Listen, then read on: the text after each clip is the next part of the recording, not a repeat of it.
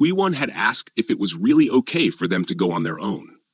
Hyun-sung had also questioned Dokja, surprised that he was taking only Gilyong with him. Near a hole in the ground, Dokja, while crouched, turned and explained that Gilyong's ability would help him track the monster. Huiwon tried to protest, but Dokja quickly cut in, asking Hyun-sung to look after her, noting that she wasn't doing well. Huiwon was visibly shocked. Dokja pointed out that he could tell she was tired. Hyun-sung glanced at her and saw she was sweating heavily, a dark mark forming on her neck. Trying to ease the situation, Hyun-sung told Huiwon that Dokja had promised to signal them if anything happened and suggested they wait. Huiwon, speaking quietly, insisted she was fine. Sometime later, Dokja and Gilyong were walking in the darkness, faint light glowing from Gilyong's hand. Dokja thought to himself that the place they were in, where ground rats resided, was called the Dark Fold. All light was absorbed here, and it was hard to tell which way was up or down. If not for Gilyong's interspecies communications skill, Dokja figured he might have needed to use coins to see. Gilyong pointed and told Dokja the way forward. Then, with sharp perception, he asked if Dokja had let the monster go on purpose. Startled, Dokja asked what he meant. Gilyong explained that he had seen Dokja letting the monster drag away the man in Sangha. He asked why. System messages appeared. The constellations of the absolute good alignment frown at your evil deed. The constellation, the secretive plotter, glares at you and demands. Dokja smiled to himself, thinking Gilyong was sharper than he had realized. Hiding the truth wouldn't work on this kid. He told Gilyong that ground rats had a habit of storing anything they hunted in their lairs. Sometimes they even hoarded rare or precious items. But the only way to reach their lair was to follow their tunnels. Dokja admitted that he had known Mr. Han would be taken, but he hadn't expected Sangha to be dragged along. When Gilyong asked if Dokja was after the items, Dokja admitted he was, and asked if Gilyong was disappointed. Gilyong, however, told him that he was a bad liar and reminded him that he had saved him in the subway. He said he believed in him and then squeezed Dokja's fingers. System messages followed. A few constellations are beginning to tear up. You have been gifted 200 coins. Dokja silently wondered what the boy saw in him. Gilyong, though mature for his age, was still just a kid, unaware of how the world could take advantage of that maturity. Gilyong announced that they were almost there. A few constellations hold their breath in anticipation. Then Gilyong asked if Dokja was a god or perhaps a protagonist. Dokja was stunned by the question, thinking Gilyong was even sharper than expected. He replied that he was neither, and in fact, he had always been envious of protagonists. Gilyong then asked if Dokja knew something about this world, to which Dokja responded that he did. At that moment, a blue light appeared before them. Gilyong took a fighting stance and asked if they would be granted a wish after clearing all the scenarios, just like in stories. Dokja recalled the people who had adapted to this world in different ways. Some became mad, others zealots, and some irrationally hopeful. He was glad it was dark. Gilyong couldn't see his expression. He thought to himself that he was a despicable adult, but this kid had chosen to keep living in this world. Dokja placed his hand on Gilyong's shoulder and told him he was right. The sub-scenario has been updated.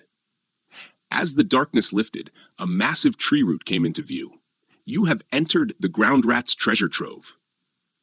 Gilyong called out in excitement, but Dokja quickly covered his mouth, whispering that treasure wasn't the only thing stored there. They soon heard Han's voice blaming Sangha, saying everything was her fault. Sangha, confused, asked what he meant. Han claimed that if she hadn't gotten on the subway, he wouldn't have been dragged into this mess. When she asked what that had to do with her, Han confessed in a low voice that it was because she usually rode her bicycle. Shocked, Sangha asked if he had stolen her bike.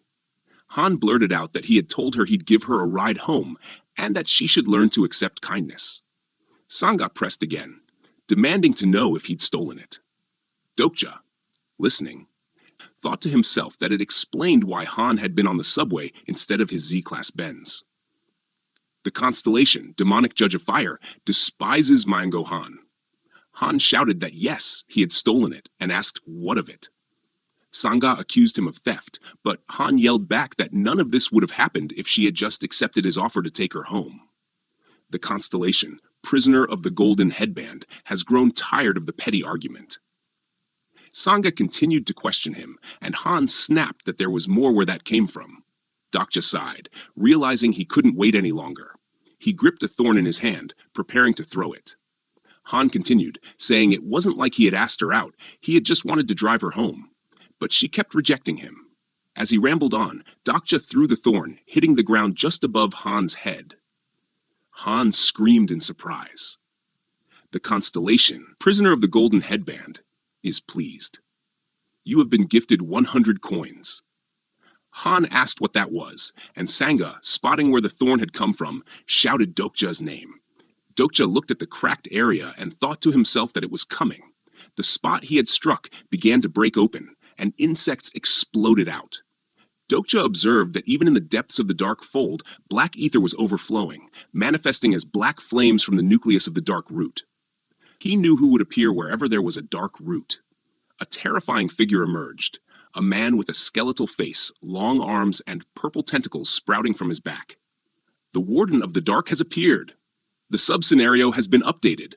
The sub-scenario, Defeat the Warden, has begun. Gilyoung covered his mouth and mumbled Dokja's name. Dokja reassured him it was okay. Looking over, he saw the exploded remains of insects near Gilyoung and thought the boy had taken significant mental damage from the strain. He asked how many times Gilyoung could still use interspecies communication, and the boy, wiping his mouth, said maybe once or twice more. Dokja told him to rest. Then he dashed past the warden with his pocket knife, cutting the restraints on Han and Sangha. Afterward, he examined Sangha's weapon and noted how dull the blade had become just from cutting the stem, realizing the power of the demonic species. He picked up the weapon and told them to stay back, reminding himself that the treasure collected of the rats was a form of offering to the demonic species. Even if monsters were at the same tier, the demonic ones always held the advantage. The Warden of the Dark has received the Demon King's blessing.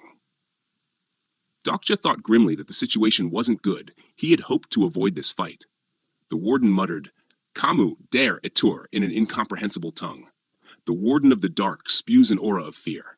Dokja felt fear creeping in. Personal skill, the fourth wall, has nullified most of the effects of fear. A burst of blue light came crashing down, and Dokja raised his arm to shield himself. The warden let out a bone-chilling roar. "Ga! Etur!"